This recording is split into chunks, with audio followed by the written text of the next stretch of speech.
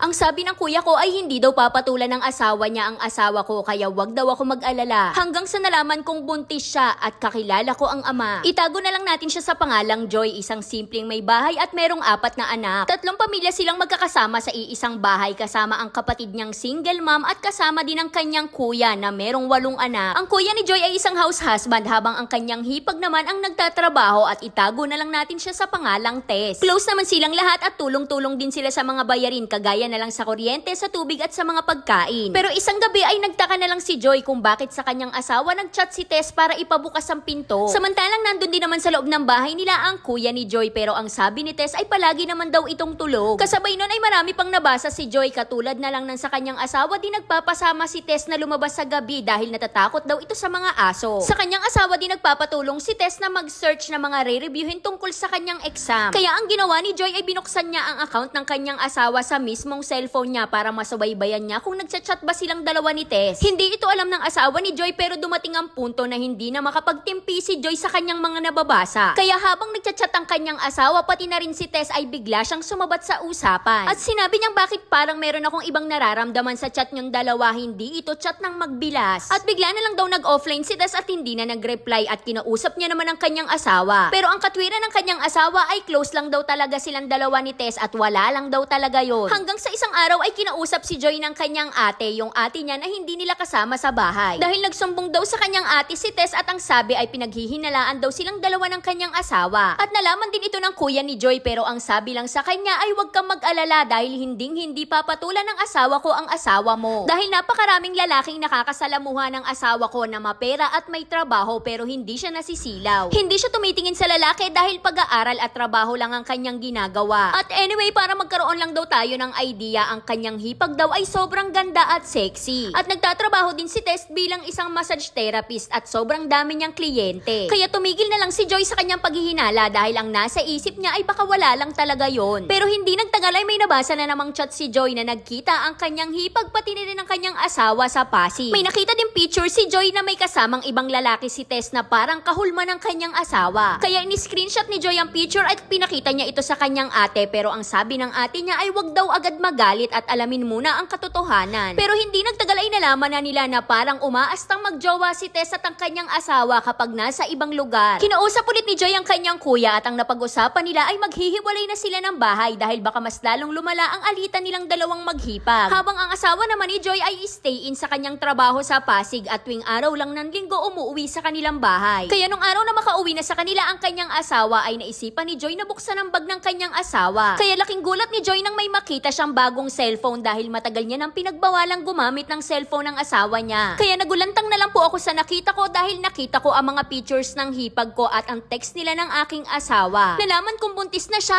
at ang asawa ko ang ama. Kaya hanggang dito na lang, Ate Charis. At dahil dyan, sobrang hirap ng kalagayan ng ating letter sender at base sa kwento ni Joy, ang kanyang kuya ay hindi basta-basta hihiwalay sa kanyang asawa na si Tess. Kasi yung kuya ni Joy, alam niya nang niloloko siya ng kanyang asawa pero nagawa niya pa rin pagtakpan. Habang ang asawa naman ni Joy ay huling-huli na rin pero hindi pa rin umaamin at hindi rin tumitigil. Kaya para sa akin, dalawa lang naman ang pwede nating pagpilian at yun ang humiwalay ka na sa iyong asawa at humiwalay na rin ang kuya mo kay Tess. Pabayaan nyo na lang silang magsama kasi parang hindi naman sila magpapaawat dahil ilang beses na rin naman silang nahuli. At yung pangalawa naman yung sinabi ng kuya mo kanina na maghiwalay na lang kayo ng bahay. Kasi feeling ko gusto ng kuya ni Joy na tanggapin pa rin ang kanyang asawa dahil 8 ang kanilang anak at 4 naman ang anak ni Joy. Pero kapag pinili nyo kasing buuin yung pamilya nyo at tinanggap nyo silang pabalik, wag nating expect na hindi na sila magkikita ng patago kasi magkikita pa rin yan, sulsol. Kumbaga para sa akin kasi, ang ikaaayos ng pamilya nyo ay parang hindi na sa inyong dalawa ng kuya mo nakasalalay. Kasi feeling ko dun dalawang magkapatid na to ay willing to forgive kahit nagloko na yung mga asawa nila. Kumbaga ang desisyon ay manggagaling na sa dalawang taong nagloko kung aayusin ba nila yung pamilya nila o itutuloy na lang yung ginagawa nilang dalawa. Kaya kahit papano, naiintindihan ko rin yung kuya ni Joy kung paano niya na lang ipinaglalaban yung 8 anak niya. Pero at the end of the day, ang desisyon talaga ay manggagaling dun sa dalawa kung magtitino ba sila o magtutuloy.